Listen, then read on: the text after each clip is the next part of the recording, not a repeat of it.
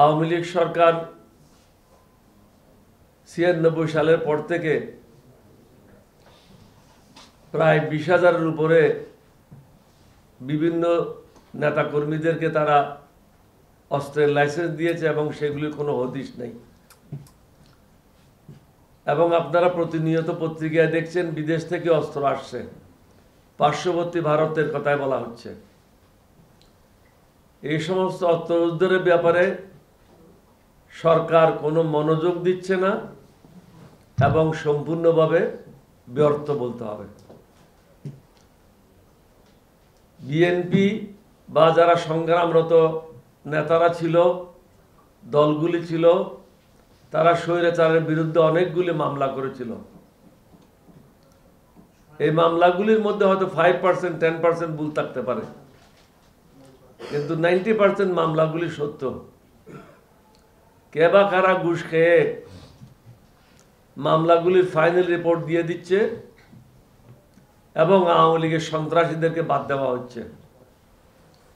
অন্য জায়গায় বিগত ১.৫ বছরের বেশি সময় অতিক্রম হওয়ার পরেও এগুলির ব্যাপারে চার্জশিট দেওয়া হচ্ছে না, কারণ স্বরাষ্ট্রমন্ত্রী এই ব্যাপারে উদ্যোগী নয় বা প্রধান উপদেষ্টা মহোদয় এই ব্যাপারে কোনো পদক্ষেপ নিচ্ছে না। স্পষ্ট ভাষায় একটা বার্তা যাওয়া উচিত ছিল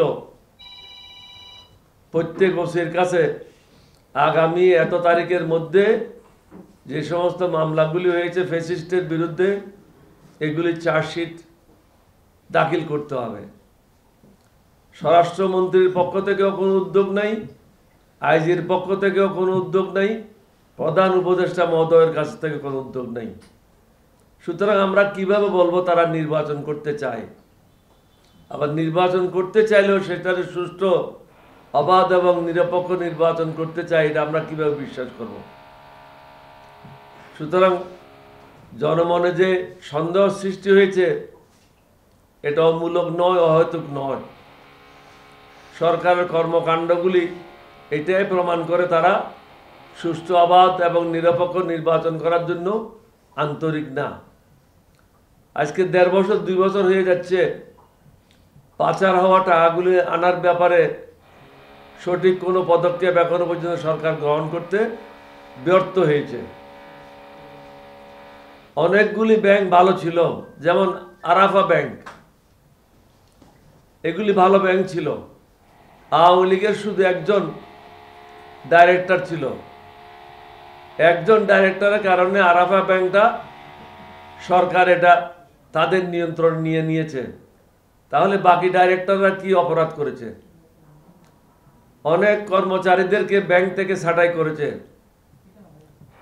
এটা তো যারা ব্যাংকের মালিক তাদের দোষ হতে পারে, যারা চাকরি পেয়েছে তাদের তো কোনো দোষ নাই। তারা তো পরীক্ষা দিয়ে পাশ হয়ে এই চাকরিটা পেয়েছে। আজকে যে বারবার প্রধান উপদেষ্টা মহোদয় বলছেন তিনি সরকারের থেকে নতুন নতুন চাকরির ব্যবস্থা করবেন, আপনারা দেখেছেন ১.৫ কোটির উপরে বেকার সমস্যা সৃষ্টি হয়েছে বাংলাদেশে বিগত ১.৫ বছরে, এবং যাদের চাকরিতে ছিল তাদেরকেও বিদায় করেছে। আমরা বারবার এই জায়গা থেকে অ্যাপিল করেছি, ব্যাংকের থেকে যে সমস্ত কর্মকর্তা কর্মচারীকে ছাঁটাই করা হয়েছে তাদেরকে যেন পুনর্বহাল করা হোক। মহামান্য হাইকোর্টকে অনুরোধ করব, মানবিক কারণে এদের চাকরি ফিরিয়ে দেওয়ার ব্যবস্থা আপনারা সোয়ামোটোভাবে গ্রহণ করতে পারেন। এটা হলো একটা মানবিক কারণ। কারণ মামলা না করলেও অনেক ক্ষেত্রে আপনারা সোয়ামোটো করে রায় দিতে পারেন, এটা অনেক সময় আপনারা রায় দিয়েছেন। তারপরে আসেন অর্থনৈতিক। মাইকটা বন্ধ করলে কেন? এতক্ষণ তো ঠিকই চলছিল। তুমি ধরাভাবে যদি বিবেচনা করেন এটা ভালো না। নির্বাচন যতই কাছাচ্ছে, যারা প্রিসাইডিং পুলিং এর দায়িত্ব পালন করবে তারা এখন দাবি দাওয়া নিয়ে রাস্তায় নেমে আসছে। এমন কোনো গোষ্ঠী নাই, এমন কোনো প্রতিষ্ঠান নাই যারা দাবি দাওয়া নিয়ে আসতেছে না। ইউনূস সাহেব তাদের প্রতি অত্যন্ত দয়ালু যে বা যারা দাবি দাওয়া নিয়ে আসে তাদের সব দাবি দাওয়া পূরণ করে, কারণ তিনি সরকারে থাকবে না, যারা নতুন সরকারে আসবে তাদের কাঁধের উপরে এই বোঝাটা উঠিয়ে দিয়ে তিনি পলায়ে যাবেন। নতুন সরকার আসলে তারা যে কিভাবে সরকার পরিচালনা করবেন এই চিন্তা ভাবনা তারা করছেন না। আমি যদি দায়িত্বে থাকি আমাকে চিন্তা করতে হবে আমার পরে যেন কোনো অসুবিধা না হয়, যারাই আসবে তাদের যেন কোনো সমস্যা না হয়, তারা যেন নির্বিঘ্নে সরকার পরিচালনা করতে পারে। সবচেয়ে গুরুত্বপূর্ণ বিষয় হলো হাসিনার যারা লোটা বাহিনী ছিল, যারা তাবেদার ছিল, ছাত্রলীগের যুবলীগের সদস্যরা চাকরিতে প্রবেশ করেছে বা তাদের সন্তানরা চাকরিতে প্রবেশ করেছে, তারা এখনো বহাল তবিয়ত আছে। ইউনূস সাহেব তাদেরকে চিহ্নিত করে নেই এবং তাদেরকে চাকরি থেকে বের করার কোনো ব্যবস্থা করে নেই। বরং যারা আওয়ামী লীগের বিরুদ্ধে ছিল তাদেরকে ব্যাংক থেকে বের করে দেওয়া হয়েছে। সার্বিক বিষয়গুলি আমি আশা করব ইউনূস সাহেব, ওনার সময় নাই, উনি খুব ব্যস্ত মানুষ, পৃথিবীতে অন্যতম ব্যস্ত মানুষ, দেশে বিদেশে সফর করে বেড়াচ্ছেন, কিন্তু দেশে কি হচ্ছে তিনি এই সমস্ত খবর রাখেন না। আমি তাকে অনুরোধ করব, অনেকগুলি গোয়েন্দা বাহিনী আছে, প্রতিদিন তাদেরকে একটা নির্দিষ্ট সময়ে ডাকেন, ডেকে প্রত্যেক ডিপার্টমেন্টের থেকে ব্রিফিং নেন। এই ব্রিফিংগুলি ঠিক আছে কিনা দেখেন, বিভিন্ন জনের বিভিন্ন ধরনের ব্রিফিং হতে পারে, এটা কেন হচ্ছে, সমন্বয় কেন নাই, এগুলিও দেখেন। কিছু কিছু উপদেষ্টা আছে, এটা বিয়ের পরে শ্বশুর বাড়িতে যেরকম আরামায়েশি করে, এই উপদেষ্টাদের জন্য এখন উপদেষ্টার পদগুলি হচ্ছে শ্বশুর বাড়ির বেড়ানোর ব্যাপারে যেরকম হয় সেরকমই আরামায়েশ করতেছে, মজা করতেছে, ছেলে মেয়েদেরকেও ব্যবসা বাণিজ্যে জড়াই নিয়েছে তারা। অনেক উপদেষ্টার ছেলে দালালি কাজে ব্যস্ত হয়েছে, বাপকে দিয়ে কাজ করাই নিচ্ছে, মধ্যখান থেকে কমিশন নিচ্ছে। অনেক উপদেষ্টা সরাসরি ব্যবসার সাথে জড়িত হয়েছে, মানুষের থেকে টাকা নিচ্ছে, ভালো ব্যবসায়ীদেরকে কষ্ট দিচ্ছে। আমি শুনেছি, কালকে শুনলাম, নোয়াখালীর একজন বড় ব্যবসায়ী যার অনেকগুলি ওষুধের ফ্যাক্টরি আছে, নোয়াখালীতে 3টে ফ্যাক্টরি, কত টন তার ফ্যাক্টরি থেকে কেটে নিয়ে চলে গেছে, কারণ তার ভাই আওয়ামী লীগের এমপি। তার ভাই আওয়ামী লীগের এমপি হইতে পারে। আমাদের মধ্যে অনেকে আছে বাপ এক দল করে, ছেলে এক দল করে, বা এক ভাই এক দল করে, অন্য ভাই এক দল করে, এটা তো অনেক আছে। এটা তো আপনি প্রত্যেকটা রাজনৈতিক দলে পাবেন, আমার দলেও আছে। নোয়াখালীর এই ভদ্রলোকের 3টে ফ্যাক্টরিতে ঢুকে তারগুলি কেটে নিয়ে গেল, সরকার উচিত অনতি বিলম্বে এটা ইনকোয়ারি করা। ওই ভদ্রলোক পুলিশকে ইনফরমেশন দিয়েছে যে আমার তারগুলি কেটে নিচ্ছে, আপনারা আসেন, রক্ষা করেন। তিনি কি প্রডিউস করেন? মানুষের জীবন রক্ষাকারী ওষুধ প্রডিউস করেন। পুলিশ কোনো সাড়াও দেয় নাই এবং কোনো সাহায্য সহযোগিতা করে নাই। এ হলো পুলিশের অবস্থা। এটার জন্য দায়ী স্বরাষ্ট্রমন্ত্রী, স্বরাষ্ট্র উপদেষ্টা, কারণ তারা লটারির মাধ্যমে এখন পুলিশ পোস্টিং করে, লটারির মাধ্যমে টিএনও পোস্টিং করে। পোস্টিং সবসময় হয় এলাকার গুরুত্ব অনুসারে।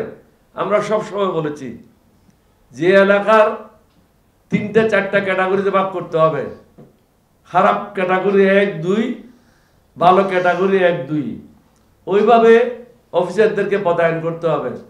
এখন পদায়ন হচ্ছে লটারির মাধ্যমে। লটারির মাধ্যমে কখনো প্রশাসন নিয়ন্ত্রণ হয় না, এটা জুয়া খেলা না। ইউনূস সাহেব জুয়া খেলছেন আমাদেরকে নিয়ে, এই জুয়া খেলাটা বন্ধ করেন। অর্থনৈতিক অবস্থা মোটেও ভালো না, বিদেশ থেকে কোনো বিনিয়োগ আসছে না। তারা মনে করছে তারা চিরদিনের জন্য সরকার চালাবে। নির্বাচিত সরকারের বিকল্প এনজিও সরকার হইতে পারে না।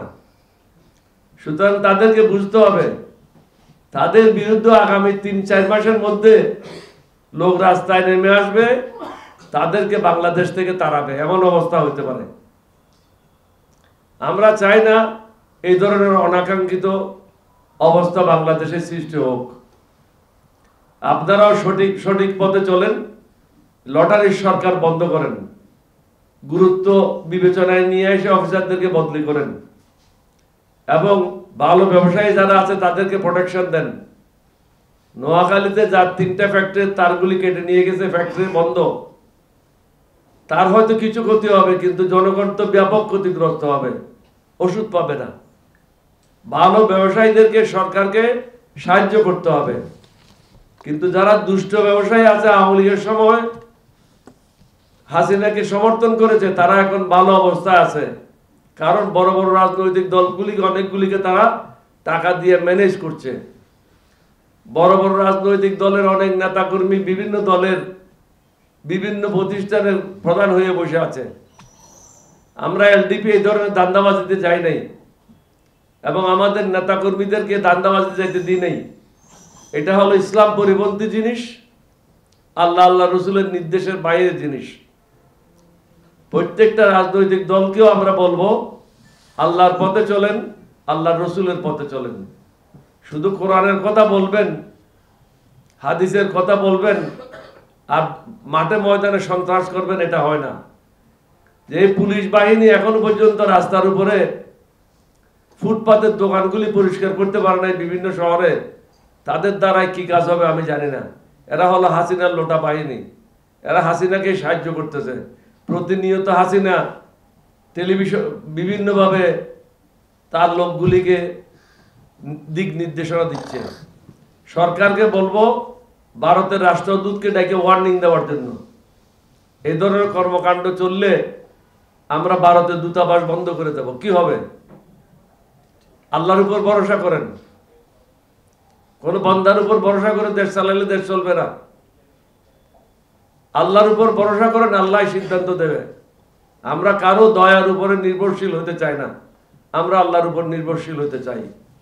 আমরা আপনাদের মাধ্যমে সমগ্র জাতিকে এটাই বলতে চাই, এলডিপি কারো দয়া দাক্ষিণ্যে কোনো ভিক্ষার চাল নিয়ে চলতে চায় না। আমরা স্বাধীনভাবে আমাদের মতামত দেব, আমরা যেটা ভালো দেশের জন্য সেটাই করব। আমার দলের নেতা কর্মীদের জন্য যেটা ভালো সেটাই আমরা করব। আপনাদের সবাইকে ধন্যবাদ। সবাই